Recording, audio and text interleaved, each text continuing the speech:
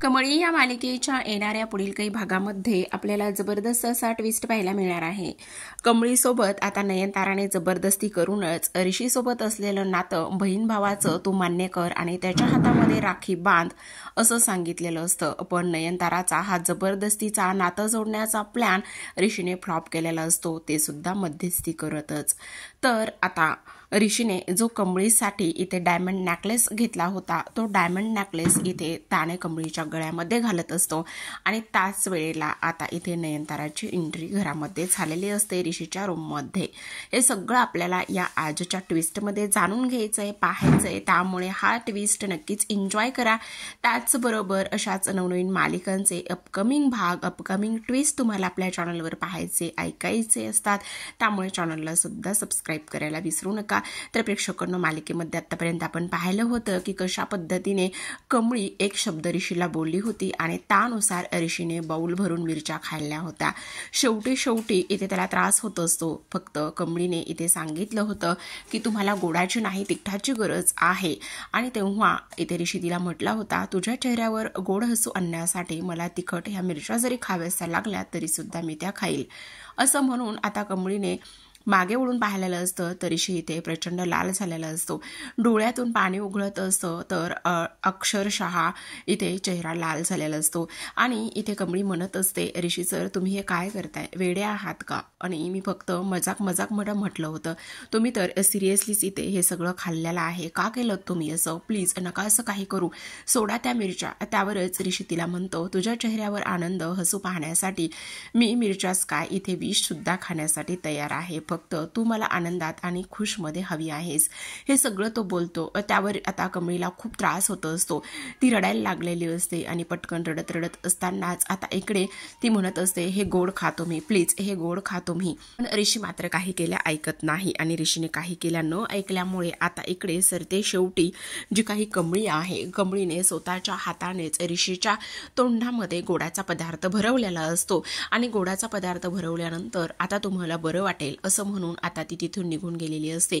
इकडे मात्र तो म्हणत असतो तुझ्यासाठी मी काहीही करायला तयार आहे, असं म्हणूनच आता ऋषीने एवढ्या सगळ्या मिरच्या खाल्ल्यामुळे त्याला तर खूपच जास्त त्रास सुद्धा प्रेक्षकांनो होणार असतो। पण आता इकडे जी नयनतारा आहे, नयनताराला कमळी ह्या पार्टीमध्ये आलेली आहे ही गोष्ट इथे समजलेली असते आणि ही गोष्ट समजल्यामुळे ती खूपच जास्त इथे टेन्शनमध्ये आलेली असते।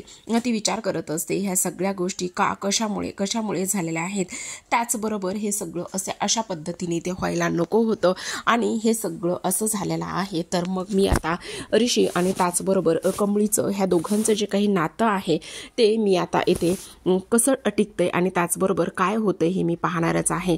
काही जरी झालं ना तरी सुद्धा मला ह्या दोघांचं इथे नातं नको आहे असा इथे ती विचार करत असते। आता ह्या सगळ्या गोष्टींचा तिने इथे विचार केल्यानंतर सरते शेवटी इथे जी नयनतारा आहे ती ऋषी आणि त्याचसोबत कमळीकडे निघालेली असते।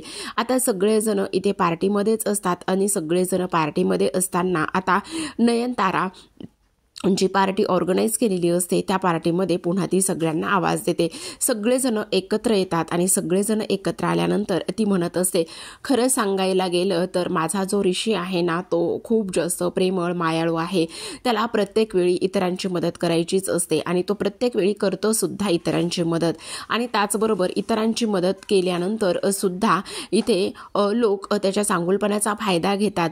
आणि तुम्हाला एक गोष्ट सांगू का सर्वांना, तो फक्त मदत इथे कोणाला करत नाही असं नाही, सगळ्यांना करतो, विशेष करून इथे जे गोर गरीब वगैरे मुलं मुली असतात ना कॉलेजमध्ये त्यांना तर तो इथे प्रचंड मदत करतो। आणि त्याचबरोबर इथे कॉलेजमध्येच बघा ना इथे खूप मदत करतो, पण मला असं वाटतंय की ह्या मदतीचा त्याचा जो कोणी चांगुलपणा किंवा त्या गोष्टीचा इथे गैरफायदा वगैरे कोणी घेता कामा नये, आणि म्हणूनच मला ह्या सगळ्या गोष्टी अशा व्हाव्यात असं इथे वाटत असतं। आणि त्यामुळेच आता इथे हे सगळे काही प्रयत्न इथे नयनतारा जी आहे ती करत असते, म्हणूनच त्यातली त्यात एक खास व्यक्ती आणि खास व्यक्तीची इथे माझा ऋषी मदत करतोय आणि ती म्हणजेच की आमच्याच कॉलेजची इथे असणारी स्टुडंट, ती म्हणजेच की कमळीची तो इथे प्रचंड मदत करत आहे असं इथे सांगण्यात येतं। आणि तेव्हाच नयनतारा आता इथे सगळ्यांना बोलवते। नयनताराने सगळ्यांना बोलवल्यानंतर इथे ती हे सगळं काही सांगत असते।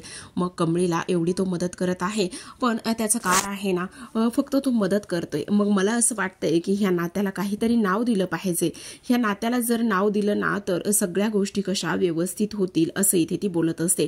त्याचबरोबर आता ह्या नात्याला नाव काय द्यायचं, कशा पद्धतीने हे नातं टिकवायचं हे आता ऋषी ठरवणार आहे. म्हणूनच मी इथे ऋषीला सांगत आहे की काही जरी झालं ना तरी सुद्धा ह्या नात्याला नाव दे. तर मग ती लगेचच तिथे उभ्या असलेल्या कमळीला बोलवते. तिथे उभ्या असलेल्या कमळीला बोलवल्यानंतर ती म्हणत असते, ये ना कमळी, ये पुढे ये.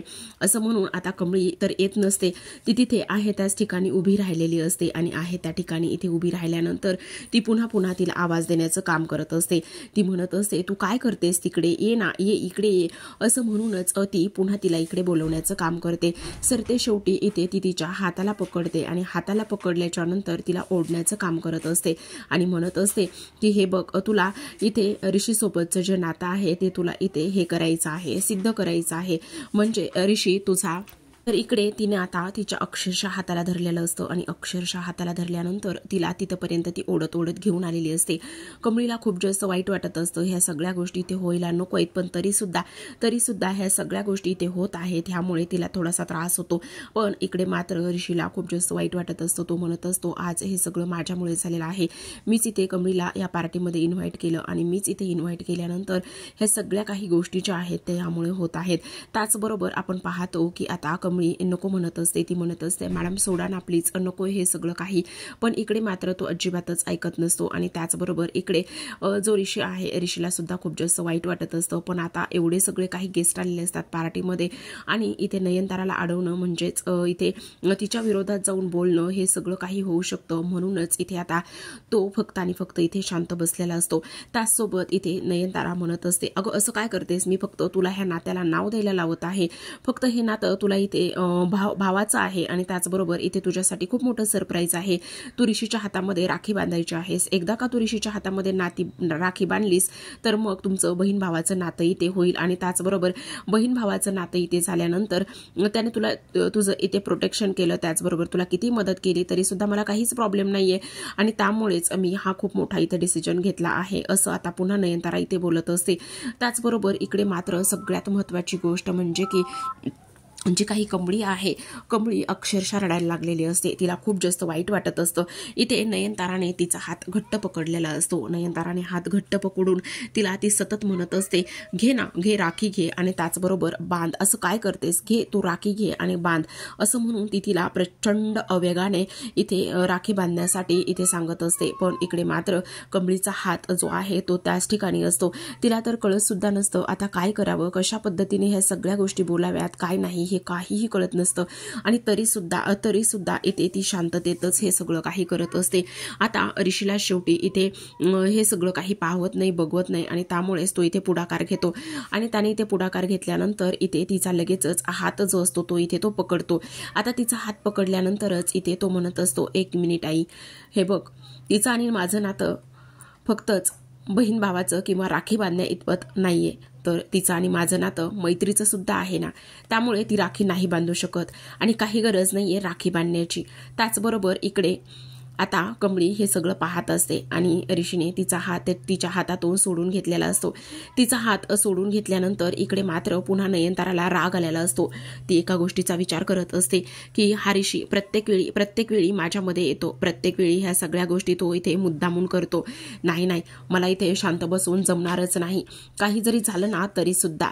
तर इकडे आता लगेचच प्राजूमध्ये पडते आणि प्राजूमध्ये पडल्यानंतर इथे प्राजू म्हणत असते, हो अगदीच बरोबर आहे, कारण इथे दादाचं आणि त्याचबरोबर इथे कमळीचं नातं मैत्रीचं सुद्धा असू शकतं ना. मग मैत्रीचं नातं सुद्धा आहेच ना, मग त्या नात्याला सिद्ध करण्याची काय गरज आहे. त्याचबरोबर ऋषी म्हणत असतो, हे बघाई, तू ह्या सगळ्या गोष्टी चुकीच्या पद्धतीने इथे हँडल करत आहेस आणि त्याचबरोबर राखी बांधून इथे भावा बहिणीचं नातं त्याहीपेक्षा मैत्रीचं नातं आहेस ना आणि ती प्युअर मैत्री आहे. ह्या सगळ्या गोष्टी इथे आता जो ऋषी आहे, ऋषीने हे सगळं सांगितलेलं असतं आणि ऋषीने हे सगळं सांगितल्यानंतर तिथे असणारे सगळेजणच खूप जास्त आनंदात असतात आणि त्याचबरोबर आनंदात असताना आता इकडे कमळी थोडीशी बरी झालेली असते. पण तरीसुद्धा नयनताराचा हा सगळा प्लॅन जो आहे तो फ्लॉप झालेला असतो आणि ऋषी आणि कमळीच्या नात्याला जी नाव द्यायला निघालेली होती ती मात्र इथे आता चरफडलेली असते. त्याचबरोबर आता ती लगेचच तिथून निघून जाते. तिथून निघून गेल्यानंतर स्वतःच्या खोलीत जाते आणि त्याचबरोबर तिला प्रचंड राग होत असतो. इकडे आता सगळेजण पार्टी त्यांची एन्जॉय करत असतात. पार्टी एन्जॉय करत असतानाच आता सगळ्यात महत्त्वाचं म्हणजेच की कमळी इथे प्राजूला म्हणत असते, हे बघ प्राजू, मला असं वाटतंय की आत्ता आम्ही इथून निघून गेलेलं बरं. त्याचबरोबर ती म्हणत असते, अगं असं काय करतेस, थांब ना थोडा वेळ. पण इथे ती म्हणत असते, नाही नको, आता आम्ही इथे जास्त वेळासाठी नाही थांबू शकत, आम्ही आता गेल्यालंच बरं. असं बोलल्यानंतर आता शेवटी प्राजू तिला काही जास्त आग्रह करत नाही. बरं ठीक आहे, मग माझी बॅग कुठे सांग ना प्लीज, मी इथेच कुठेतरी ठेवली होती. अगं तुझी ना बॅग त्या खोलीत आहे. आता ज्या खोलीत प्राजूने इथे गपचूप बॅग नेऊन ठेवलेली असते ती खोली असते ऋषीची. आणि तेव्हाच ऋषीची खोली असतानाच कमळी त्या खोलीमध्ये बॅग घ्यायला जाते. खरं तर कमळीला माहिती नसतं की ती ऋषीची खोली आहे म्हणून. आणि त्या खोलीमध्ये बॅग घ्यायला गेल्यानंतर आता लगेचच इकडे जो ऋषी आहे, ऋषी सुद्धा तिच्या पाठीमागे जातो. आणि तेव्हाच इथे कमळी म्हणत असते, सर तुम्ही, तेव्हा माझी पर्स मी इथे शोधत होते, माझी बॅगच सापडत नाहीये. असं म्हटल्यानंतर तो म्हणत असतो, अच्छा तू इथे आणून ठेवली होतीस का? आणि तेव्हा ती म्हणत असते, हो सर मी इथेच आणून ठेवली होती. अच्छा असं आहे तर मग. आणि तेव्हाच ऋषी म्हणत असतो, अच्छा तू एवढ्या लवकर निघालीस? तेव्हा ती म्हणत असते, हो सर आता गेलं पाहिजे ना, खूप उशीर होतो आम्हाला. त्यावरच आता ऋषी तिला समजावण्याचं काम करतो. तो म्हणत असतो, अगं थांब ना आणखी थोडा वेळ. तेव्हा ती म्हणत असते, नाही सर आता गेलेलंच बरं. आणि त्याहीपेक्षा सगळ्यात महत्त्वाचं म्हणजे की आम्ही आता इथे खूप वेळ घालवला आहे. तेव्हा इकडे तिकडे शोधाशोध सुरू करत असते. आणि तेव्हाच इथे तो म्हणत असतो, अच्छा तुला ही माझी खोली आहे, मी तुला माझी खोली दाखवू का? म्हणजे गाईड जे असतात ना, आपण बाहेर एखाद्या पिकनिकला वगैरे गेलो, ते आपल्याला पाहायचं असतं तेव्हा तिथे गाईड कसे असतात ना, तशी मग मी ही तुला खोली दाखवू का माझी? तेव्हा ती म्हणत असते, नको सर कशाला, अगं दाखवतो ना. आणि तेव्हा आता कमळीकडे कुठला पर्याय शिल्लक नसतो, कारण इथे नयनतारा बोलल्यामुळे तिचा मूड थोडासा ऑफ झालेला असतो. आणि त्यामुळे तिला समजवण्यासाठी हे सगळं काही चाललेलं असतं. त्याचबरोबर आता कमळीकडे इथे कुठला पर्याय नसतो. त्यामुळे ऋषी जे काही बोलेल, जे काही सांगेल ते सगळं काही ती इथे ऐकण्याचा प्रयत्न करत असते. त्याचसोबत आता ऋषी सगळं काही त्याच्या रूममध्ये ज्या छोट्या मोठ्या वस्तू असतात त्या सगळ्या इथे तो तिला सांगण्याचा, दाखवण्याचा प्रयत्न करत असतो. त्याचबरोबर इकडे जी कमळी आहे ती सुद्धा खूप जास्त खुश झालेली असते. आणि प्रत्येक गोष्ट, प्रत्येक वस्तू ती त्याची आनंदानेच इथे पाहण्याचं काम सुद्धा इथे करत असते. त्याचबरोबर हे सगळं काही पाहिल्यानंतर आता इथे त्यांच्या भिंतीवरती एक फॅमिली फोटो असतो. आणि फॅमिली फोटोमध्ये इथे नयनतारा, त्याचबरोबर सतीश, त्याचबरोबर रोहन, राधिका, नायशा, त्याचबरोबर ऋषी आणि सगळ्यात महत्त्वाचं म्हणजे प्राजू, ह्या सगळ्यांची एक फोटो फ्रेम तिथे लावलेली असते. आणि इथे ऋषीच्या बाजूला आतापर्यंत तरी कोणी नसतं. तेव्हा ऋषी म्हणत असतो, बघ ना इथे माझ्या बाजूला आणखी कोणीच नाहीये. तेव्हा ती म्हणत असते, म्हणजे मला नाही समजलं, कोण हवंय तिथे? तेव्हा इथे तो म्हणत असतो, अगं असं काय करतेस, बघ तरी तिथे माझ्या बाजूला कोणीच नाहीये. हो का, असं म्हणताय का? मग कोण असायला हवं, म्हणजे ती जागा रिकामी आहे ना? असं म्हटल्यानंतर, अच्छा रिकामी आहे, तिथे तुझी जागा आहे, म्हणजे म्हणजे तुझ्यासारखीच एखादी मुलगी येईल ना माझ्या आयुष्यात. असं बोलल्यानंतर आता कमळी मात्र त्याच्याकडे पाहत असते. इथे ऋषी कशा पद्धतीने वागतोय, काय करतोय, हे सगळं काही कमळीला समजतच असतं. पण तरी सुद्धा ऋषी शेवटी तिला इथे म्हणतोच, कमळी खरं सांगू? त्यावर इथे कमळी म्हणत असते, हां बोला ना सर, काय झालेलं आहे? सॉरी. त्यावर ती म्हणत असते, का, कशासाठी? तुम्ही कशाला सॉरी म्हणता ऋषी सर? नाही ग, खाली जे काही झालेलं आहे ना त्यामुळे खरंच अगदी मनापासून सॉरी. आई तुझ्यासोबत नेहमीच या पद्धतीने वागते, तरी सुद्धा तू फारसं मनावर घेत नाहीस आणि सगळं काही तू अगदी सहन करतेस. असू देत ना त्याच्यात, अहो असू द्या ना सर, त्याच्यात काय एवढं, असं इथे ती बोलत असते. आता ह्या सगळ्या गोष्टी इथे बोलल्यानंतर लगेचच इकडे दुसऱ्या बाजूला जी काही आपली नयनतारा आहे, नयनतारा इकडे सतीशची बोलत असते. आणि ती म्हणत असते, नाही हे माझ्या खूप आता अकळण्या पलीकडचं गेलेलं आहे. काही जरी झालं ना तरी सुद्धा इथे मी शांत बसणार नाही. काही जरी झालं तरी सुद्धा ह्या सगळ्या गोष्टींचा सोक्ष मला लावायचा आहे. किती आणि काही नाही म्हटलं तरी सुद्धा, असं इथे ती बोलत असते. आता ह्या सगळ्या गोष्टी इथे तिने बोलल्यानंतर ती म्हणत असते, मला हे सगळं ऋषीला विचारायला पाहिजे, ऋषीशी ह्या सगळ्या गोष्टी बोलायला पाहिजेत. असं म्हणूनच पुन्हा आता नयनतारा इकडे ऋषीच्या खोलीकडे निघालेली असते. पण खरं पाहायला गेलं प्रेक्षकांनो तर इकडे मात्र जी नयनतारा आहे, नयनतारा जेव्हाच इकडे आता ऋषीच्या खोलीकडे निघते आणि ऋषीच्या खोलीकडे निघाल्यानंतर इकडे मात्र ऋषी आणि त्याचबरोबर इकडे जी कमळी हे दोघे जण सुद्धा तिथे असतात. तर इकडे आता दुसऱ्या बाजूला आपण पाहत आहोत की कशा पद्धतीने आता इकडे सगळ्यात महत्त्वाची गोष्ट असते आणि ती म्हणजे की जी कामिनी, रागिनी आणि त्याचबरोबर अनिका ह्या तिघींना खूप जास्त राग येत असतो, त्या चिडचिड करत असतात आणि तेव्हा त्यांच्या मनामध्ये खूप अनेक प्रश्न इथे निर्माण झालेले असतात. ती लोक असा विचार करतात की हे सगळं काय आहे आणि त्याचबरोबर ह्या सगळ्या गोष्टी अशा पद्धतीने इथे व्हायला नको होत्या. म्हणजे आपल्याला इथे नयनताराने त्या पार्टीसाठी इथे इन्व्हिटेशन दिलेलं नाहीये, तर इकडे तिच्या मैत्रिणीने तिला एक गोष्ट सांगितलेली असते की इथे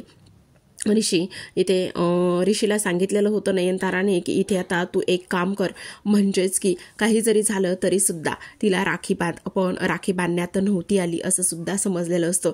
त्यामुळे अनिकाला अजूनच ह्या दोघांचा सुद्धा प्रचंड राग येत असतो. ऋषी प्रत्येक वेळी तिला इथे ह्या सगळ्या गोष्टी का समजावतो, कशा पद्धतीने हे सगळं काही इथे तिला करतो वगैरे, हे सगळं काही तिच्या आता डोक्यावरून जात असतं.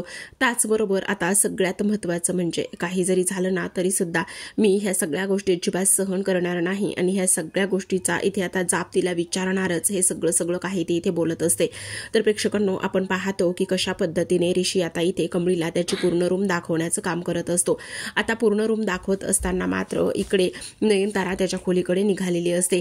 त्याचसोबत आता कमळी म्हणत असते, बरं सर, तुमच्या रूमची ही सैर खूप वेळ झाला आहे, आता मी निघलं तर चालेल का, मला आता गेलं पाहिजे, असं इथे ती बोलत असते. त्याचबरोबर हे सगळं काही बोलत असताना इकडे मात्र लगेचच दुसऱ्या बाजूला आपण पाहतो की आता नयनतारा तिकडे निघालेलीच असते आणि त्याचबरोबर सगळ्यात महत्त्वाचं म्हणजे की आता ती निघालेली असते आणि त्याहूनही सगळ्यात महत्त्वाचं की आता ऋषी म्हणत असतो, ठीक आहे, तू निघालेली आहेस ना, तर मग एक गोष्ट आपण इथे करूयात आणि ती म्हणजेच की हे बघा, आता मी तुला सॉरी म्हणण्यासाठी मी इथे खूप काही गोष्टी इथे केलेल्या आहेत आणि त्या गोष्टी काय, तर आता इथे ती बोलत असते की मला तुला खरं तर सॉरी म्हणायचं आहे आणि त्याचबरोबर इकडे तेव्हा कमळी म्हणते, काय म्हणायचंय सर तुम्हाला, काय झालेलं आहे. तेव्हा तो म्हणत असतो, मला तुला स्वारी म्हणायचं आहे, खरंच सांगतोय. आणि त्याचबरोबर इथे हे तुझ्यासाठी म्हणून तो जो डायमंडचा नेकलेस त्याने आणलेला असतो, तो डायमंडचा नेकलेस तो काढतो आणि काढल्याबरोबर आता इथे कमळीच्या गळ्यामध्ये घालण्याचा तो प्रयत्न करत असतो. आणि खरं आतापर्यंत ज्या मी चुका केलेल्या आहेत त्या सगळ्यासाठी खरंच स्वारी, असं म्हणूनच आता इकडे कमळी म्हणत असते, सर ह्या सगळ्या गोष्टींची काही गरज नव्हती, पण तरी सुद्धा तो तिला मनापासून स्वारी म्हणत असतो आणि सॉरी म्हटल्याबरोबर तिच्या गळ्यामध्ये नेकलेस तो घालत असतो. तर तेवढ्यातच आता इकडे नयनतारा त्यांच्या खोलीपर्यंत येऊन पोहोचलेली असते. तर आता प्रेक्षकांनो, अशाच नवनवीन डेली मालिकांचे अपडेट ट्विस्ट जाणून घ्यायचे असतील, पाहायचे असतील तर नक्की चॅनलला सबस्क्राईब करा. भेटूयात पुन्हा एका अशाच नवीन आणि इंटरेस्टिंग अशा ट्विस्ट सोबत. तोपर्यंत पाहत राहा कमळी.